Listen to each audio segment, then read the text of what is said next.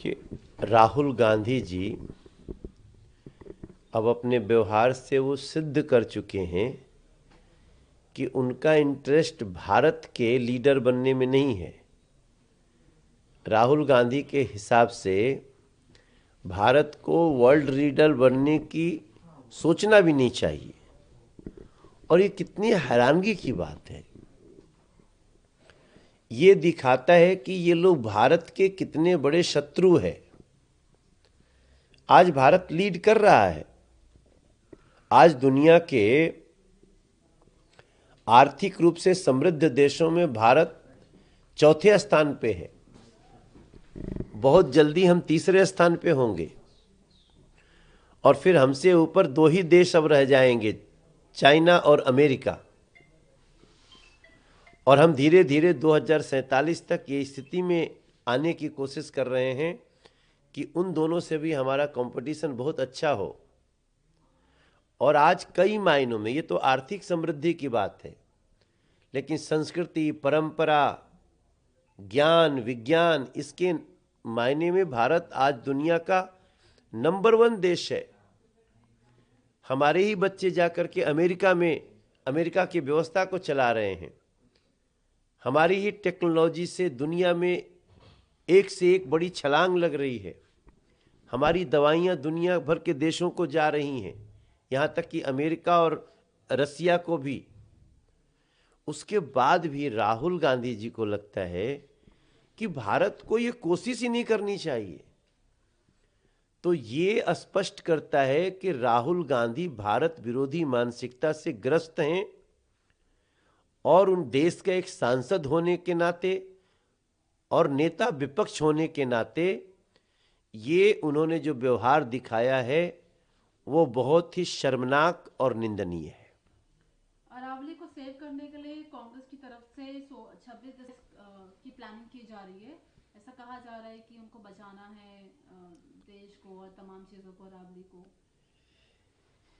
अरावली के ऊपर हमारे पर्यावरण मंत्री भूपेंद्र यादव जी का स्पष्ट बयान आया है।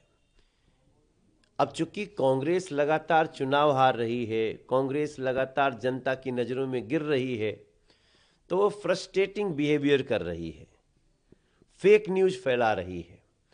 और अरावली पर ऐसे ही फेक न्यूज़ फैलाया जा रहा है।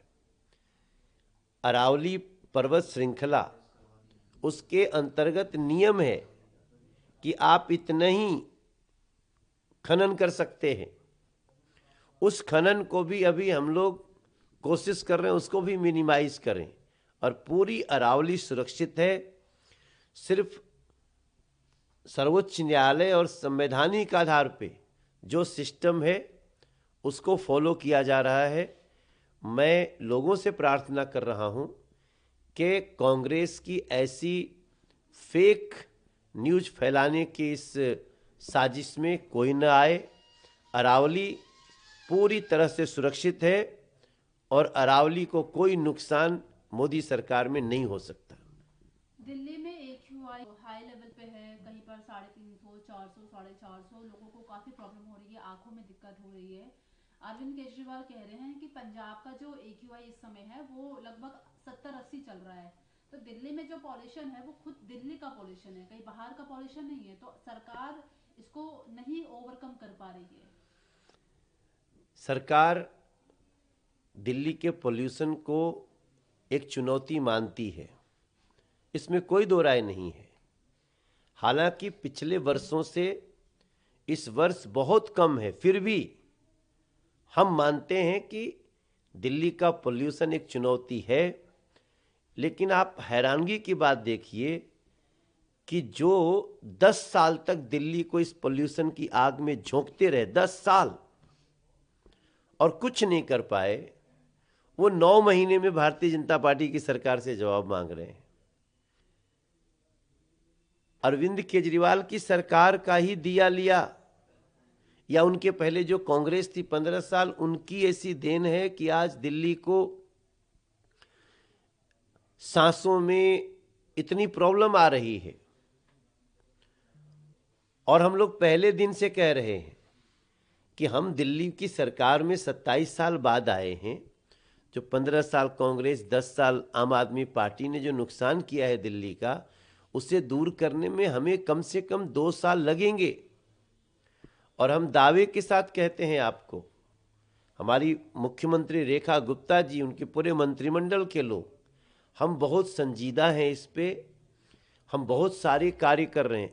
UBR 2 सड़क बनाया गया, आज दिल्ली स्टेशन से उतर करके करनाल जाने वाले, बहादुरगढ़ जाने वाले, सोनीपत, पानीपत जाने वाले, अब वो दिल्ली में नहीं आते।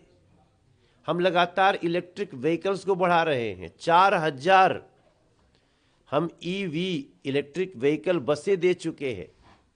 हम ओखला का कोयले से चलने वाला बिजली संयंत्र उसको हटा चुके हैं, अब वो गैस से बवाना में चल रहा है। हम लगातार भलसुआ और गाजीपुर और ओखला के लैंडफिल साइट को मिनिमाइज कर रहे हैं। तो ये, लेकिन हमें पता है कि इस प्रयास को पोल्यूशन के विरुद्ध थोड़ा प्रभावी होने के लिए हमको कम से कम 2 साल लगेगा। और मैं दिल्ली की जनता से प्रार्थना करता हूँ, हम लंबे समय तक परेशान हुए हैं, अभी अभी हमारी सरकार बनी है, हमें 2 साल का मौका दीजिए। हम इस पोल्यूशन की राक्षस को बिल्कुल कम करेंगे, ये हमारा प्रयास है। मनरेगा में का जो नेम है उसको लेकर काफी कंट्रोवर्सी रही है। अब CPM के लीडर है, MP है जॉन ब्रिटास, वो कह रहे हैं कि सेंट्रल ये प्लानिंग कर रहा है कि नोटों में से गांधी जी की फोटो हटाई जाए, इसकी योजना बनाई जा रही है। देखो, इनके पास अब और कुछ नहीं है, ये फेक न्यूज की फैक्ट्री चला रहे हैं, ये फेक नैरेटिव गढ़ने की कोशिश में है, झूठी नैरेटिव। महात्मा गांधी जी का जो सम्मान NDA की सरकार, नरेंद्र मोदी जी, भारतीय जनता पार्टी करती है, वो ये लोग कभी सोच भी नहीं सकते। ये सिर्फ नाम चुरा सकते हैं गांधी जी का। गांधी जी चाहते थे ना विकसित भारत हो, हम उस रास्ते पे चल रहे हैं। गांधी जी चाहते थे कि जो भी मजदूरों को काम मिले उससे प्रोडक्टिव काम हो। ये उससे परेशान है क्योंकि अभी तक जो नरेगा था, मनरेगा, पहले तो नरेगा था, बाद में लोगों ने मनरेगा किया, लेकिन आपको जान के आश्चर्य होगा कि इसमें एक एक साल में 2-2 लाख करोड़ रुपए गए और प्रोडक्टिव कोई कार्य नहीं हुआ। ये सब इन भ्रष्ट नेताओं की भेंट चढ़ा हुआ है।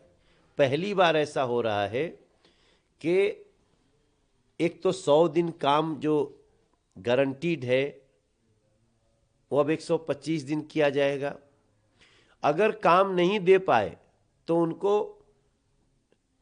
उस दिन TADA दिया जाए, तो भत्ता दिया जाएगा, और उसके बाद वो जो कार्य दिए जाएंगे उससे कोई प्रोडक्टिव रिजल्ट निकलेगा, प्रूफ के साथ उसको बनाना पड़ेगा। एग्जाम्पल के रूप में ये नहीं कि गड्ढा खोद दिए थे और फिर गड्ढा भर दिए, पता चला कि पैसा निकल गया। अभी गड्ढा खोदेगा तो झील बनेगी, भरेगा तो मैदान बनेगा, ये प्रोडक्टिव रिजल्ट होगा।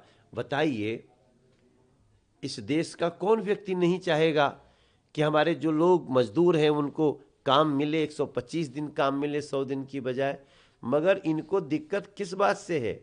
क्योंकि अब ये उस पैसे को लूट नहीं पाएंगे अपने अपने राज्यों में, ये प्रॉब्लम है इनकी। और इन लूट को बंद होना ही चाहिए, जो अभी नया विकसित भारत गारंटीड रोजगार आजीविका मिशन करेगा, जो ग्रामीणों के लिए है। आखिरी सवाल है, बिहार में नीतीश कंट्रोवर्सी चल रही है हिजाब को लेकर। आप भी मानते हैं कि दादा पोते का लाड था वो हिजाब खींचना, क्योंकि आपके नेता यही बात कह रहे हैं कि वो तो प्यार में खींच दिया, लाड में खींच दिया, तो महिला प्राइवेसी पर भी एक सवाल उठता है। आप कैसे इस पूरे मैटर को देख रहे हैं? नहीं, ये तो निश्चित रूप से एक पिता पुत्री का संबंध जिस तरह से उसी तरह से इसको लेना चाहिए कि जब आप आ रहे हो नौकरी के लिए तो उनका एक मन में आया कि बेटा हिजाब क्यों, इसको इतना ही तक लेना चाहिए। VK न्यूज, राष्ट्र के नाम।